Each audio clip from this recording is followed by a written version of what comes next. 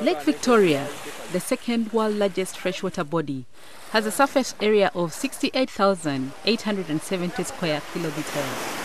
It has a mean depth of 40 meters and a maximum depth of 80 meters. The Lake Victoria Basin covers an area of 193,000 square kilometers, shared by Tanzania with 44%, Kenya with 22%, Uganda with 16%, Rwanda with 11%, and Burundi with 7%. The catchment encompasses the Rwanda, Burundi, Kenya, Tanzania, and Uganda, who are the member states of the East African Community, the EAC.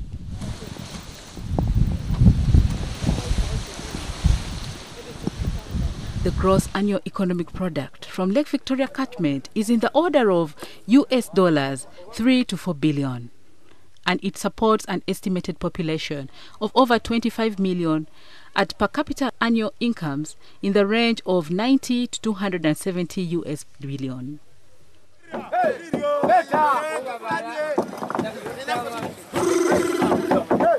The lake catchment, therefore, provides for the livelihood of large populations of Kenya, Tanzania and Uganda, and about 1/3 of the combined gross domestic product.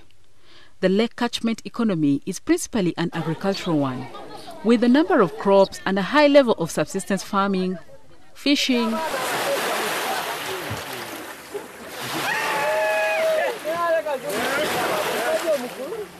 and agriculture. Commercial fisheries with export is a main source of revenue in the Lake Victoria Basin.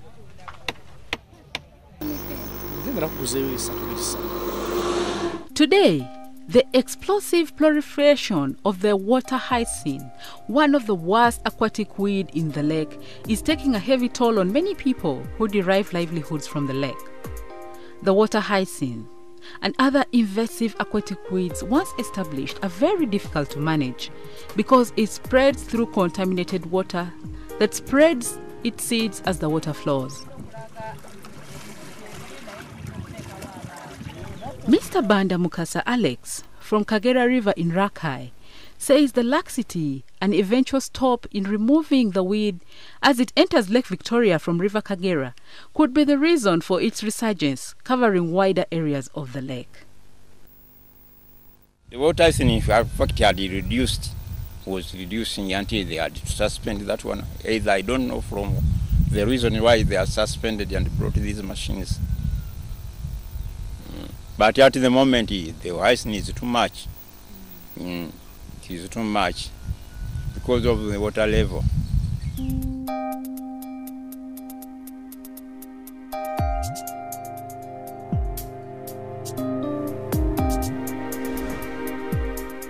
Main factors associated with resurgence of water hyacinth includes the inability of countries to provide funds to continue with water hyacinth monitoring and control. Most of the countries did not have well-equipped special units to deal with this weed, and there is no regional coordination. And this is what is causing a devastating state of the lake. They will rear here weevils. They will be put in tanks, and then they will be reared here such that periodically they are taken on the water hyacinth.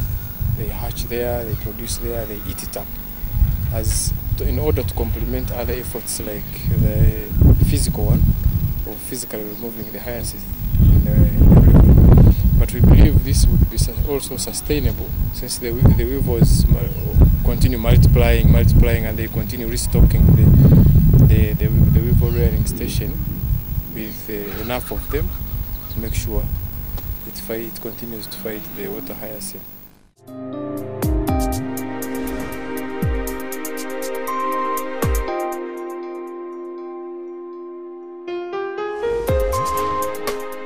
Effects are many, but one, they affect the fishing. The fishing brings a lot of foreign exchange to the country, a lot of money. There is a lot of livelihood is affected by the water hyacinth. If it comes like a carpet and covers the lake and the boats cannot move. So if you find the hyacinth covering square kilometers on the lake, then it means the livelihood of people is affected.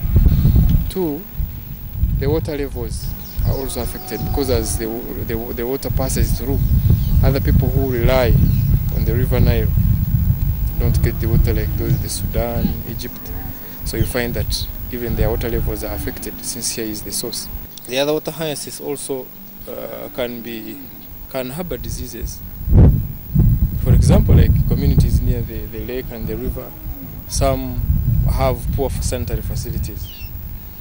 So if Salmonella is on the lake and survives, you find cholera rampant, dysentery, etc. So waterborne diseases can be rampant.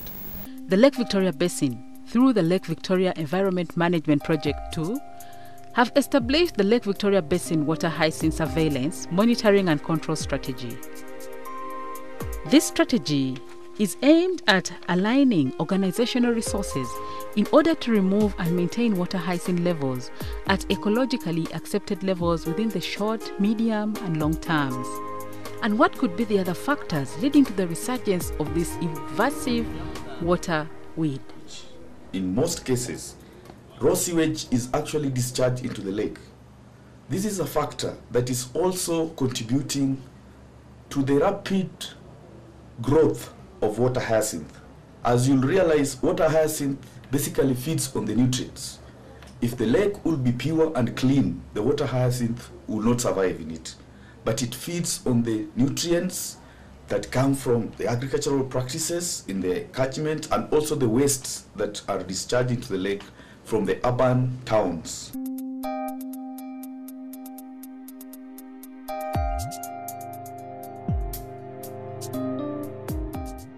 Various methods of water hyacinth control have been implemented mainly on Lake Victoria. These control methods include biological, mechanical, manual or physical, and chemical. 2005, 80% of water hyacinth was removed by the Lake Victoria Environment Management Project 1 project, but then just after 1 or 2 years, the resurgence of water hyacinth was witnessed at high rates. The same is happening now, and the worst hit is the Kisumu. So, where does this weed originate? It comes all that way. River Kagera is really the mouth.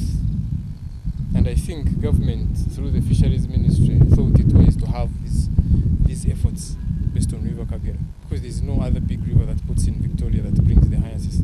Maybe some other parts which are not here. But Kagera, all the water hyacinths on Lake Victoria is a result of Kagera. It's like saying 1 + 1 = 2. There is no other shortcut. Blame games may be made, but the uttermost concern for many is the ability to keep the shorelines of Lake Victoria clean of the invasive water weeds. The government should sensitize communities to own up to this, to know that the livelihood is derived from the people. If everybody just talks politics, what, we are talking about non-issues, when the other critical issues, we avoid them. That's very bad. Because if you make a survey around the whole river as it goes, you find that poor sanitary facilities. So, and again, the ecosystem on the lake, people have encroached on the banks of the river. If the government owns maybe 200 meters from any water body, what is being done on the water bodies? For example, take an example here. You see all this rubbish? People are making a livelihood. Much as it is maybe private property, but the government should come in and maybe regulate. Like they regulate on the landing site. You don't defecate anywhere you find. There are gazetted places where you can bathe, where the toilets are waterborne, and cleanliness is there, so they avoid diseases. So if they would make it a program, maybe sub-county by sub-county, they involve the local leadership, the religious leaders. Like they fight AIDS. Let everybody be involved. But if it is for maybe the technocrats, or you the environmentalists, or maybe newsmen, then it becomes good for us all, everybody for themselves. And it does, in that one we don't win.